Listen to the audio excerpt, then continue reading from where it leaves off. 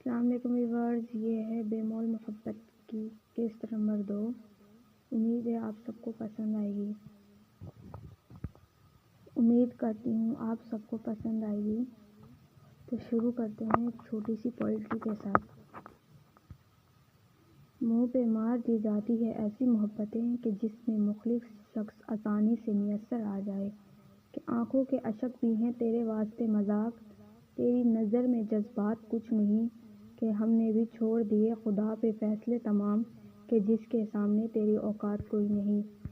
میرم رات نماز پڑھ کر سو گئی اور ایک حتمی فیصلہ لے کر کہ اب نہیں روئے گی، اپنے گناہگاروں کو سزا دے گی، اپنی بے گناہی ثابت کر کے رہے گی، دشمنوں کو ڈھونڈ کر رہے گی، کسی کے آگے نہیں جھکے گی، اپنی پہچان بنائے گی، سب سے 5 سال کا حساب لے گی، چاہے آگے بالاچ خان کیوں نہ ہو، اپنی محبت کے آگے عزت ختم نہیں کرے گی۔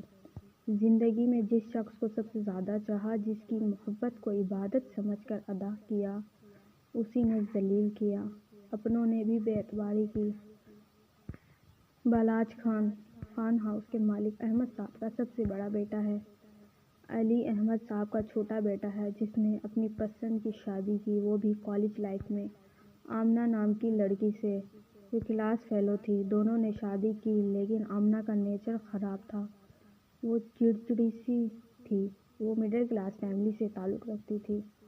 اسے علی احمد کے گھر اور پیسوں سے زیادہ محبت تھی۔ اسے اچھا لگتا ہر کوئی اس کی تعریف کرے، اس کے آگے پیچھے گھومے۔ سسرال میں بھی وہ اپنا یہی رعب جما کر رکھنا چاہتی تھی، خاص طور پر بالاچ خان کے سامنے، لیکن وہ اسے آسمان سے زمین میں پٹک دیتا۔ اپنی فطرت سے باز نہیں آتی، کچھ نہ کچھ ایسا کرتی جس سے بے عزت ہونا پڑتا۔ وہ بالاچ سے اس لیے بھی نفرت کرتی کیونکہ سارا کاروبار بالاچ کے ہاتھوں میں تھا۔ لندن میں بھی کاروبار کرتا، ہر جگہ چرچے میں رہتا۔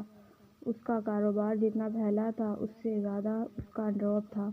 وہ ایک اسٹرانگ پرسن تھا۔ جائیداد کے لیے وہ اپنی بہن کی شادی بھی بالاچ سے کروانا چاہتی تھی، لیکن افسوس وہ اب بھی ناکام ٹھہری، کیونکہ بالاچ کی شادی اس کی ماں نے میرم سے کر دی تھی، جس کی وجہ سے وہ میرم سے بھی نفرت کرتی تھی، اور اس نے میرم کے خلاف چالیں چلنا شروع کر دی۔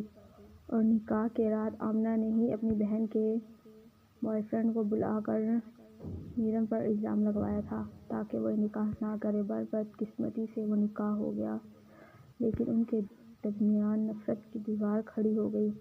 محبت کی جگہ نفرت نے لے لی۔ دور کہیں نقاب پوش میں کھڑا شخص کھڑکی پر منہ پر ماسک لگائے اور آنکھوں میں وحشت اور ہنسی لیے ہنس رہا تھا۔ اس کی آنکھوں میں انتقام تھا، نفرت تھی اور بدلہ تھا، جو وہ میرم اور بالاچ سے لینا چاہتا تھا۔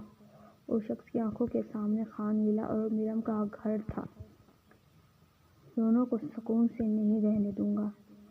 تمہاری زندگی میں ایسی آگ لگاؤں گا کہ پوری زندگی نہیں بجھ سکے گی، اور تم لوگ پوری زندگی گمراہ رہو گے، اور تمہیں پتہ بھی نہیں چلے گا تمہارا دشمن تمہارے کتنے قریب ہے، اور تم اس کی آنکھوں کے سامنے۔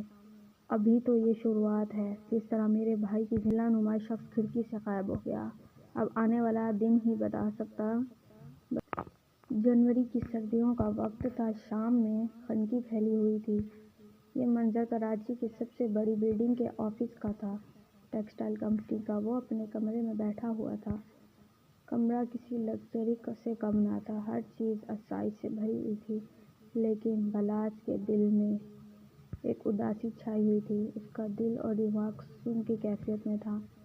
اتنی دولت اور طاقت کے باوجود اپنے دل سے خالی ہو رہا تھا، اندر ہی اندر گھٹ رہا تھا، نہ چاہتے ہوئے بھی اپنی محبت کو رون رہا تھا۔ ایک طرف ماں تھی، دوسری طرف اس کی اپنی محبت اور لوگوں کی باتیں۔ نہ وہ محبت کسی خالہ زاد کی بیٹی تھی، جس سے اس کی والدہ کو بہت انسیت تھی، وہ اسے بہت پسند کرتی تھی۔ وہ اس سے عمر میں چھوٹی تھی، 10 سال۔ اس نے میرم کے بارے میں کبھی اس طرح نہیں سوچا کہ اس سے شادی کرے گا۔